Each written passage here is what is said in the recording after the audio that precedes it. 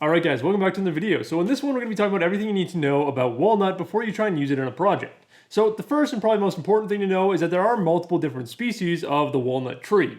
So first off is black walnut. This is kind of the most general case of walnut that you'll find in most lumber yards and that here in North America.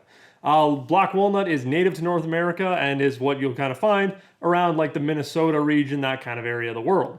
You don't really find it up here in Canada very often, but there are some special cases. And yeah, so it's kind of the most common walnut that you'll see around. And then next up is Clara Walnut, which naturally grows in the California region and has a lot of different characteristics compared to black walnut. I've never actually experienced Clara Walnut in person. I've only ever seen it in pictures, but I can say that it does look a lot nicer than just your standard black walnut. Then the next one is English walnut. So English walnut comes from England and naturally grows there. And so then one of the last interesting species to talk about is when you take English walnut and genetically combine it with Clara walnut. And I believe what you get is called Bastogne walnut, but you can correct me on that if I'm wrong, which is just a combination of both Clara and English walnut to create a wood that is more vibrant in color and also is a little bit stronger. So those are a few different species, but in this video we're going to be specifically covering black walnut because that is what most people are going to know as walnut anyway. So anytime you see furniture or anything labeled as walnut, it's generally going to be black walnut because that's what's most commonly available.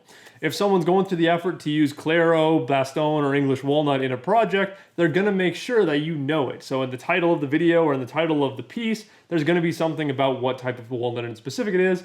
And again, if it's just black walnut, you just generally call that walnut. And so beyond the species, there is also three main drying methods of walnut that can have a huge effect on the final look of it. And so the first one we're going to talk about is air drying. So air drying is obviously how lumber was dried before we had the modern inventions that we have nowadays. It's a very common technique still used by a lot of small lumber yards because it just kind of is simple and inexpensive. All you have to do is cut the lumber down from the main log, stack it up in a nice area with a little bit of airflow, and let it sit for anywhere from 6 months to a few years, just depending on the thickness of the wood. Now, one of the big benefits of air drying is that it doesn't affect the grain structure of the wood. So when we talk about the other two drying methods, you'll start to get what I'm talking about here. But when you let wood just naturally dry out, let the moisture evacuate from the internal areas of the wood, you're not doing anything to manually change the composition or the density of the wood. Whereas the other two drying techniques that we're going to talk about do have effects on the grain structure of the wood. The other benefit of air drying is the vibrancy of the colors within the walnut. So again, the other two drying techniques we'll talk about definitely do a lot to degrade that natural vibrancy and beauty of that walnut has. And so by air drying it, you tend to get a lot more of the really colorful parts of walnut. Now, black walnut is very famous for getting everything from dark grays to purples to deep chocolate browns. You just have a really beautiful range of colors in there. And so when you air dry walnut, you really get to experience all those beautiful colors. Now, one of the sad things about air-dried walnut is that someone like me here in Calgary, Alberta, can't actually get access to this stuff easily. So theoretically, I could order this stuff from somewhere in the States. You know, I could just beg a sawmill down south to ship this stuff up to me, but it would probably cost me an arm and a leg. And so within the scope of availability that I have here, I don't really have access to air-dried walnut, and I've never actually seen it in person. Now, I do hope someday to take a trip down to the States and hopefully find someone that lets me buy some air-dried walnut because I think that it looks really cool from what I've seen from videos in that. And so the next method for drying, and probably the most popular, it doesn't matter what wood we're talking about, is kiln drying. So kiln drying is very popular for one main reason, and that is it's quick and efficient. And so although kiln drying is a more expensive process in and of itself compared to, letting wood just air dry, it can be done within a few weeks. And so where you normally take a walnut log, cut it up into lumber, and then let it sit for a few years, with kiln drying, you can cut that log, put it in the kiln, evacuate all that moisture nice and quickly, and then you should have lumber ready to go in anywhere from a few weeks to, a couple months or so. So it's a much better way for sawmills to get their product from the log all the way out to market in a much shorter time span. And as we know, anytime you can get your product to the people that want to buy it, you're going to make a lot more money in the long run. So it doesn't matter if you have to pay for things like a vacuum kiln or fuel for that kiln, anything like that, just because by speeding up that process, you end up making more money in the long run. Now, one of the downsides to kiln drying is because you're putting the wood under so much pressure and or heat, you are going to cause some minor changes to the grain structure of the wood.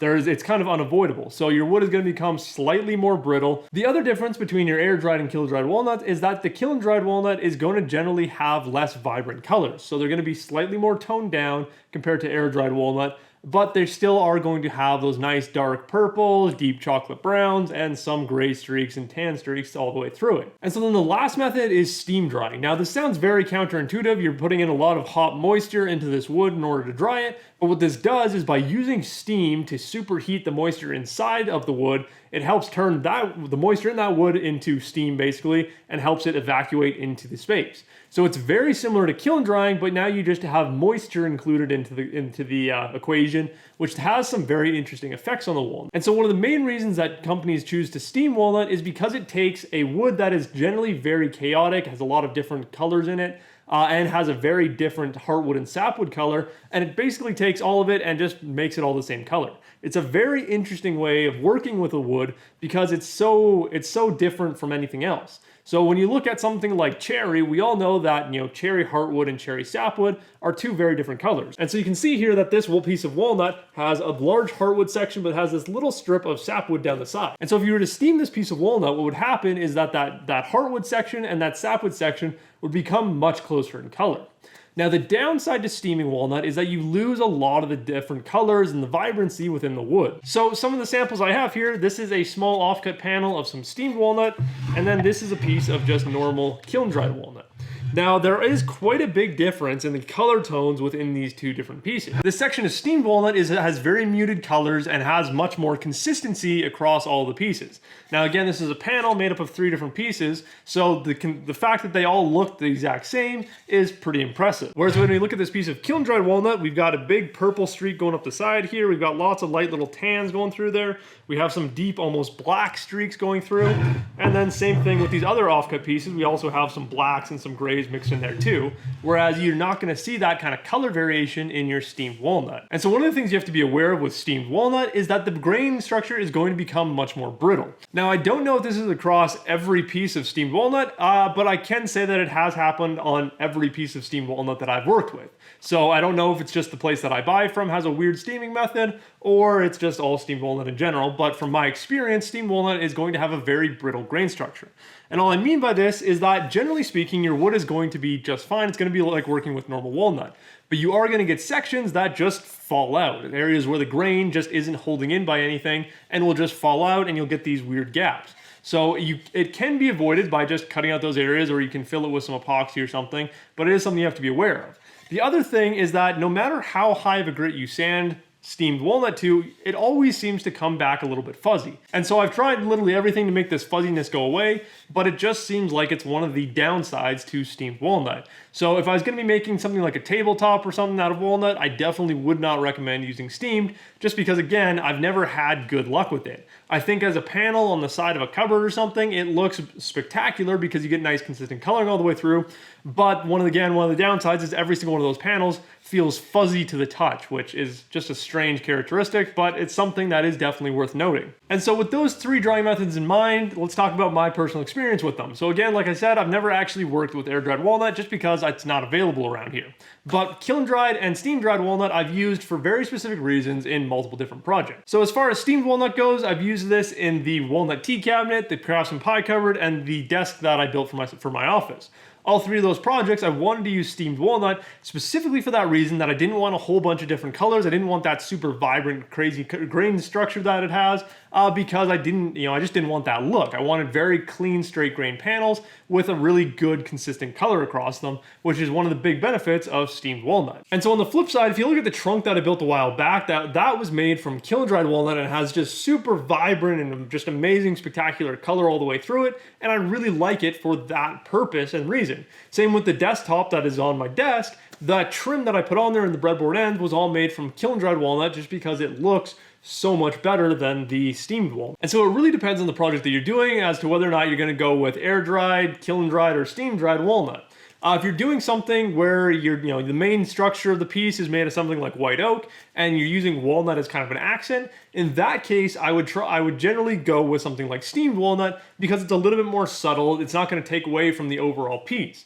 But if you're doing something where you want the walnut to be, be the focal point, to be something that stands out and be something that's visually interesting, then definitely kiln dried and air dried if you can get it. And so next up is some of the stuff that comes into play when you actually start working with this wood. And so walnut comes in at 1,000 on the Janka hardness scale. Now this is just a slightly harder than cherry at 800, but also a little bit softer than white oak at about 1,200. So it's right in the middle ground of kind of your softer hardwoods and your harder hardwoods. Walnut is kind of perfectly aligned in the middle, which makes it an absolutely amazing wood to work with. And so if you've never worked with walnut before, I highly recommend it. Even though it's a fairly expensive wood, it is very, very easy to work with. So if you can find a small project and just kind of get your hands on some walnut and just play with it, you will find that it is really, really nice to work with. And that is why it has become such a popular wood for woodworking. Because not only is it beautiful, it also just works out really nicely. And so one of the things you have to be aware of when working with walnut is that it has different grading rules compared to your other types of wood. And so for example, FAS grade, which stands for first and seconds, which is the highest grade of hardwood here in North America, is going to be your highest quality that you can possibly buy. Now, in something like cherry, this generally means that it's going to be solid heartwood, at least on one side, and will have minimal knots. It'll have maybe one or two very, very small knots in the full length of the board. But this changes when you're talking about FAS grade walnut, which has a few more considerations put into it that allow for a little bit more sapwood content and definitely a lot more knots. So generally speaking, if you're buying walnut, you're gonna have to learn how to deal with the sapwood that comes with it. So again, we've already talked about sapwood and how it's a much different color than the heartwood. So again, one of the easy options is to either buy steamed walnut, which just means you don't have to worry about that sapwood color, or you can work around it, cut it out of your boards, make your form and mold your pieces so that sapwood doesn't show up. But again, most people who work with walnut understand that sapwood is just going to become a part of their pieces. And so you can either try to hide it, you can dye it, you can do a bunch of different things, but you're gonna have to understand that you need to work around that sapwood because you are kind of paying for it. And so one of the other nice things about walnut is that it's a closed grain wood. Now all this means is that the pores of the wood are very small and very tightly packed together, so that is not nearly as porous as say something like red or white oak. So this does make it really nice for things like cutting boards and that, because it means that meat juices and that don't penetrate into the wood nearly as easily. And so the other benefit of a closed grain wood like walnut is that if you've ever tried to cut mortise and tenon joinery on something like white oak, you'll notice that your tenons tend to break out. You can have a lot of issues here and there with just, if your joinery is too tight, the wood is generally going to break out a lot more. Whereas with walnut, when I make mortise and tenon joinery with walnut, I make it a perfect fit, and it actually slides together and will hold just on the tension of the mortise and tenon joint. And so walnut is really nice because it's such a stable wood to work with. You can cut your joinery really nice and tight to fit, and you don't have to worry about things breaking out as easily. And so my last tip for working with walnut that I didn't really notice until I started looking at some of my first pieces that I built with walnut is your glue choice. So when I'm working with walnut, I'll use one of two glues, either Titebond 2 Dark or Titebond 3. Both of these glues dry much darker than your standard wood glues. If you're using something like Titebond 1 or Titebond 2, you may end up seeing your glue seams. So in things like joinery, if you're doing mortise and tenon joinery or dovetail joinery, you're not going to be able to see those glue seams. But in things like panels, sometimes, and I've had this happen a couple times, you will be able to pick out and visually see the yellow seam of the glue within your panels. So especially when you're gluing up panels, I highly recommend using either Titebond 3 or Titebond 2 Dark. Or you can taint your glue yourself by just putting some pigment in and mixing it around. That's basically all this stuff is. It's nothing special, but it is very important that anytime you're doing a panel glue up with walnut, you want to be using a darker glue. And so the last and probably most important topic to cover with walnut, and this is a highly controversial topic, just because people are very picky about their finishing techniques. So anytime you're putting finish on walnut, you need to be using it properly, because walnut is such a special wood, and the only way to bring out that very special color that people really like is to use an oil-based finish. And so I'm saying specifically you need to use an oil-based finish, because if you use something like a water-based finish, the whole purpose of a water-based finish is to not change the natural color of the wood. So if you were to put a water-based finish on this walnut, when you spray it on, it's going to look a little bit darker. You're going to get that nice rich color. But as that finish cures, you're going to lose a lot of that beautiful rich color that walnut is so famous for. So you really are just wasting such a beautiful wood. But the best way to finish walnut is always going to be with an oil finish. Whether that's something like polyurethane, a traditional oil finish like I generally use, something like Rubio Monocoat or Paulink's oil, anything like that is going to help bring out the really just genuinely beautiful colors of walnut. And so in the past, I've tried everything from oil-based lacquer to polyurethane to Pollux oil, and my favorite, which is tried and true oil. I've tried all of them on walnut, and by far the traditional tried and true oil is the best option by far to bring out the natural color. And so I highly recommend, if you start using walnut, to play around with traditional oil finishes. So this is stuff like tried and true oils, or even boiled linseed oil from Home Depot or Canadian Tire. Any of those natural oil finishes are going to bring out a much more vibrant, beautiful color from walnut. And so then kind of below those traditional oil finishes is you have things like Rubio Monocoat and Pollux oil, which are modern oil finishes in some ways because they do build up somewhat of a film finish and they have just a few different chemicals mixed in there. And so both of those oils, from what I've seen, I've tried Pollux oil in the past and it does look really nicely, but it is slightly more muted compared to traditional oils. Then on the kind of the low end of vibrancy and beauty is you have things like polyurethane. So although polyurethane is an oil finish, it doesn't have the same oils compared to a traditional oil finish. They don't seem to make the same color changes and vibrancy changes to the walnut that you get from a traditional oil finish. So although polyurethane is a very good, strong protective coating, it doesn't always bring out the best coloring in the wood.